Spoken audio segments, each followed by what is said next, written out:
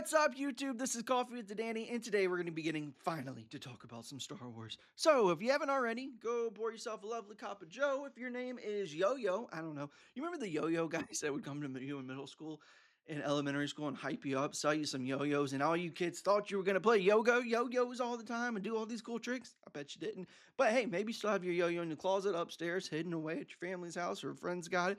Get it back. Maybe you too could become a yo-yo master. But today, we're talking about Jedi Masters without the Jedi. So, this is a completely spoiler review. So, if you haven't seen the movie, go get yourself a ticket because I think it's only at about 160 globally million right now from the box office. Pretty low for a Star Wars movie.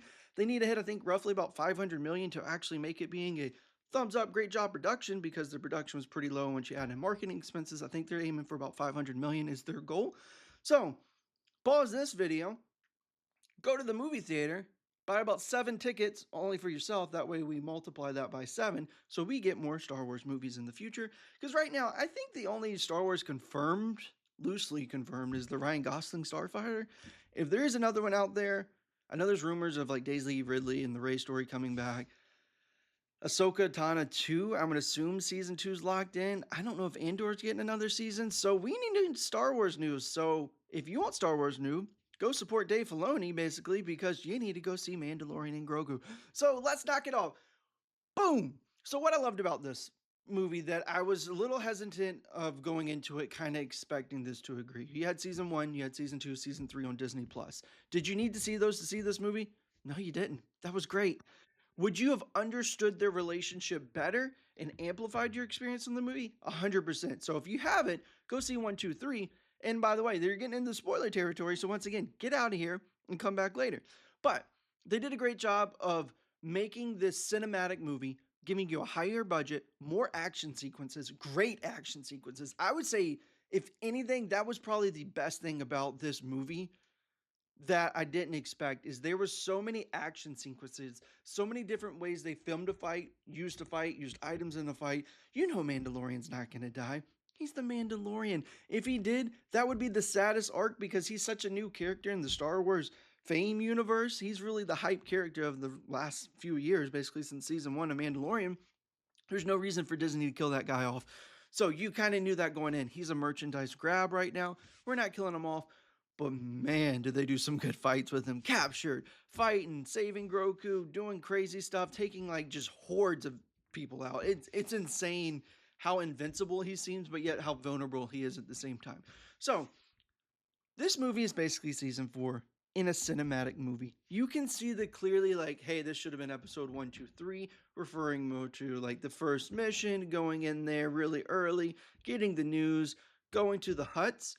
And then you could argue the rest of the movie was kind of like 4, 5, 6 in a grand finale sequence of boom, okay, we got Grota the Hut. We did exactly what you thought. Who knew the Huts were going to kill him? Wow, never saw that coming. We all knew the Huts were bad. They're working the New Republic because they're bad. They're crime lords. You know you want to kill the nephew.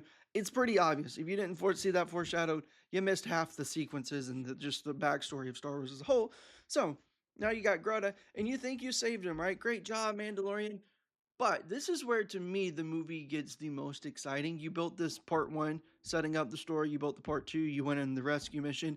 And then now they're finally coming for Mandalorian and Grogu. And I believe the guy is Cad Bane. I don't know what the headhunter is that is actually hired. But I think it is Cad Bane, minus the fact that I didn't really see his blue skin. But I swear it's the same guy that was in the season of Boba Fett.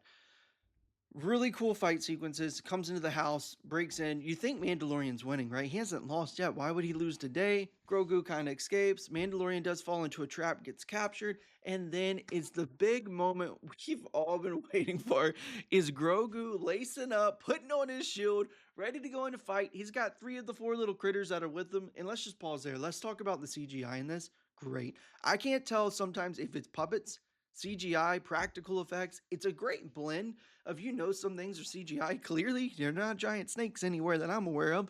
But the puppetry on like Grogu and those other little critter guys felt like Star Wars, and I appreciate you put the time and value into it. Thank you.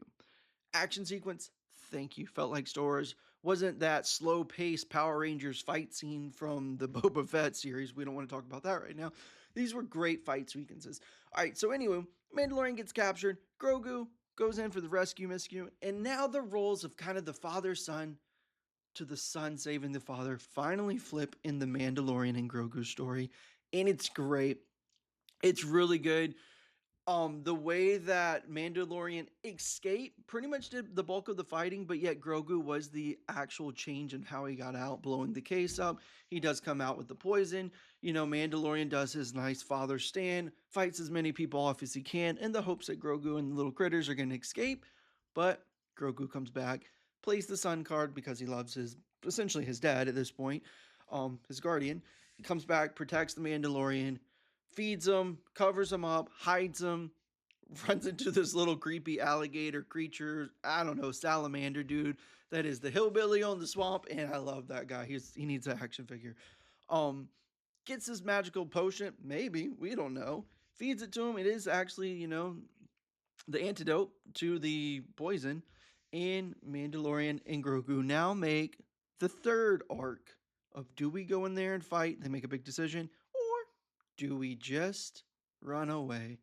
If they would have ran away, you would have known immediately we were going to get movies 2, 3, 5, 7, 8.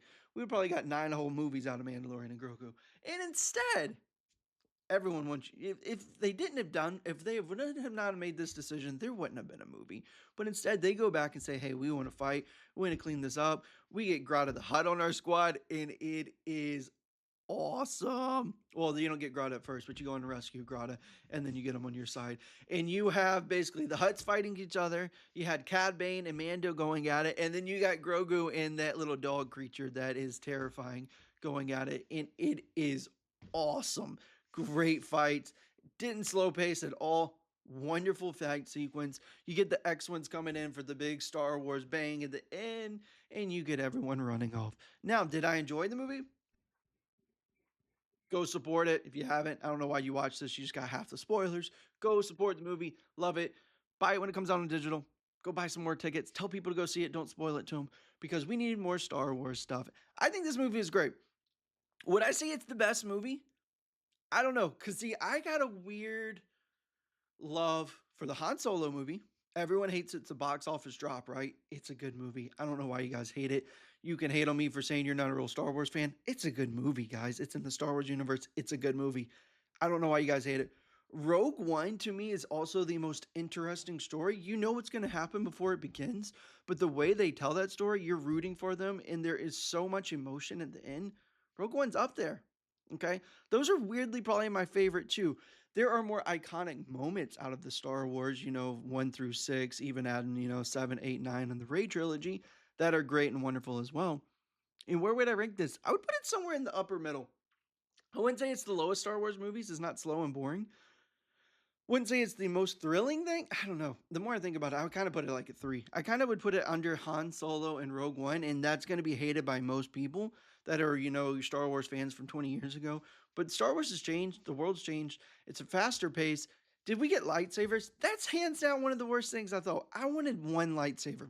Some villain show up with the lightsaber because that's Star Wars. Lightsabers are Star Wars, and I wanted to see somebody get cut in half. Maybe the Hut would have been cool. A random lightsaber, maybe Grotto grabs it.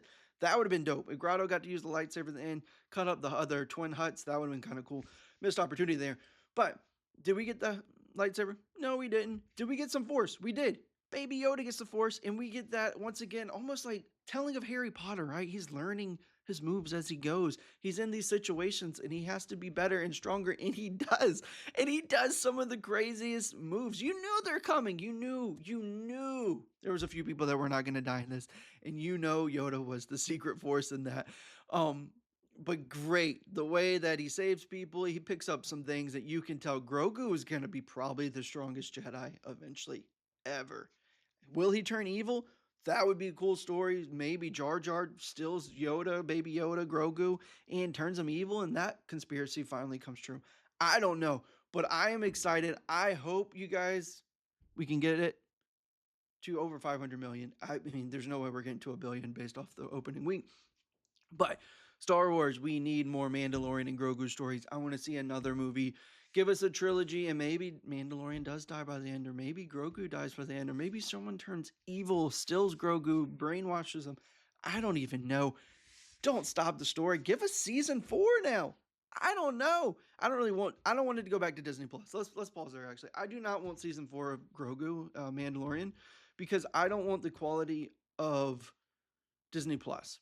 I'm not saying that season 1, 2, and 3 is bad. I just want to go up from here. And you can tell this whole movie is a lower production. There's some really great CGIs, really good action sequence in budget and everything like that. But the cast isn't that large. A lot of the cast is voice actors. A lot of it is special effects, CGIs. And then even that, I'm sorry, but Pedro Pascal, man, you only had to take off your hat for like 5 minutes of filming. You don't even have to do facial recognition and everything like that. He's probably not in that doing those stunts for most of this movie. He probably didn't film much at all. So, hands down, I loved it. Let's just end it with that, guys. If you disagree with me, drop it down in the comments below. Let me know what you didn't like about the movie because I love the movie. And as always, Danny's out, guys. So like, comment, subscribe. Join that Patreon if you actually want to see more movie reviews and just talk about things that we all love, like nerdy content and nostalgic content, because I got some cool stuff coming, guys. And anywho, I'm out. Later, guys. Thank you.